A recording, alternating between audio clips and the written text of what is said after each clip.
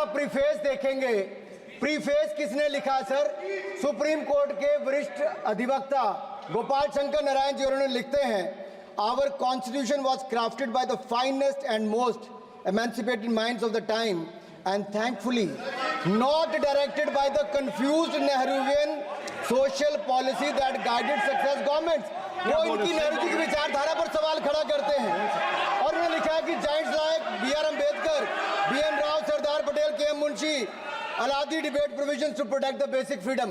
उन्होंने श्रेय दिया है तो अम्बेडकर जी को, सरदार पटेल और आगे। सर इसके अगले पन्ने पे क्या लिखते हैं गोपाल शंकर नारायण, और ये इन्हीं का ही है सर, मैं नहीं पढ़ रहा हूँ, जो इन्होंने हाउस में दिखाया। इसमें लिखा है, were it not for the strength of the document, Indira Gandhi would have been compelled to end the darkest episode in independent India by ending the emergency. यानी कि संविधान की ताकत थी, जिन्होंने इंदिरा गांधी जी की इमरजेंसी को खत्म किया था, तो ये संविधान की ताकत थी। और ये आपके इसके अंदर लिखा है, राहुल जी जो आप लेकर घूमते हो, कभी खोल के पढ़ो तो सही, कभी पढ़ा भी नहीं आपने। और इसमें आगे लिखा है सर, आप चेयर को बोलो, अधिकार दिया है, चेयर को बोलो, माननीय सदस्य चेयर को जी।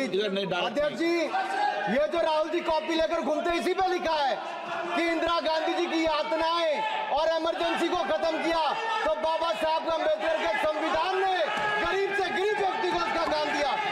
सर आप इसके प्रीफेस पे जाइए, सर आप इसके प्रीफेस के बाद फॉरवर्ड जो लिखा सर, ये भी सुप्रीम कोर्ट के बहुत बड़े वकील है, उन्होंने क्या लिखते हैं सर, कि जब संविधान बना उसके बाद सर, देश आजाद होने के बाद पहले दिन से ही लेजिस्लेटिव और हमारी ब्यूरोक्रेसी सर, हमारी दोनों ने ही जुडिशरी के साथ सींग फंसा के रखे, जुडिशरी को नीचे दिखाने की बात की। सर ये मैं नहीं कह रहा, ये वही किताब कह रही है जो राहुल गांधी हाथ में लेकर घूम रहे हैं। सर मैं पढ़ के सुनाता हूँ, from the earliest years itself the legislative wing and the executive wing of the state on the one hand confronted the judicial wing on the other with the accusation that they had vastly approached upon the powers not given to them but given to the executive.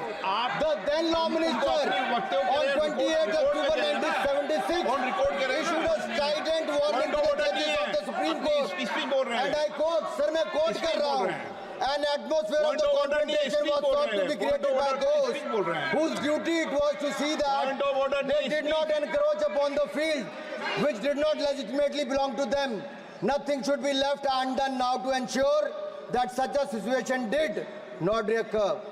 If even after the amendments confrontation continues, then I think it will be a bad day for the judiciary. ये कौन कह रहा है? उस समय के law minister कह रहे हैं। और क्या कहते हैं सर अगेन?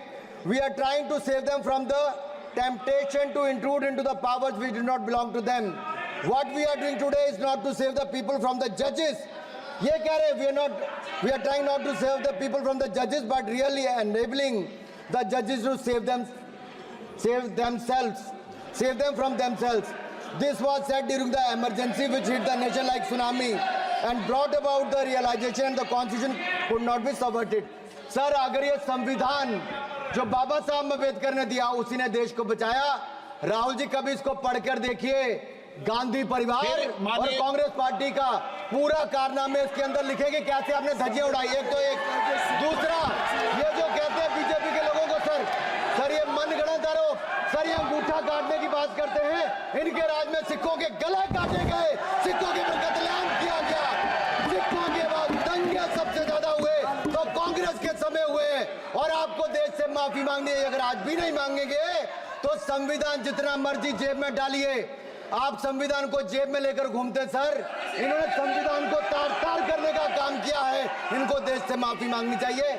मुझे आपका संरक्षण इसलिए चाहिए था कि झूठे आरोप लगाने बंद करे। यह संविधान की रक्षा आपने कभी नहीं की, इमरजेंसी जैसा कालखंड आया और संविधान को बार बार तार किया, संशोधन किया, तो आपने और आपकी पार्टी ने किया। धन्यवाद सर। श्रीकांत शिंदे। धन्यवाद अध्यक्ष जी। हाँ स्पीच हुई है ना, उनकी स्पीच हुई है, 9 पॉइंट ऑफ ऑर्डर उनकी स्पीच हुई है।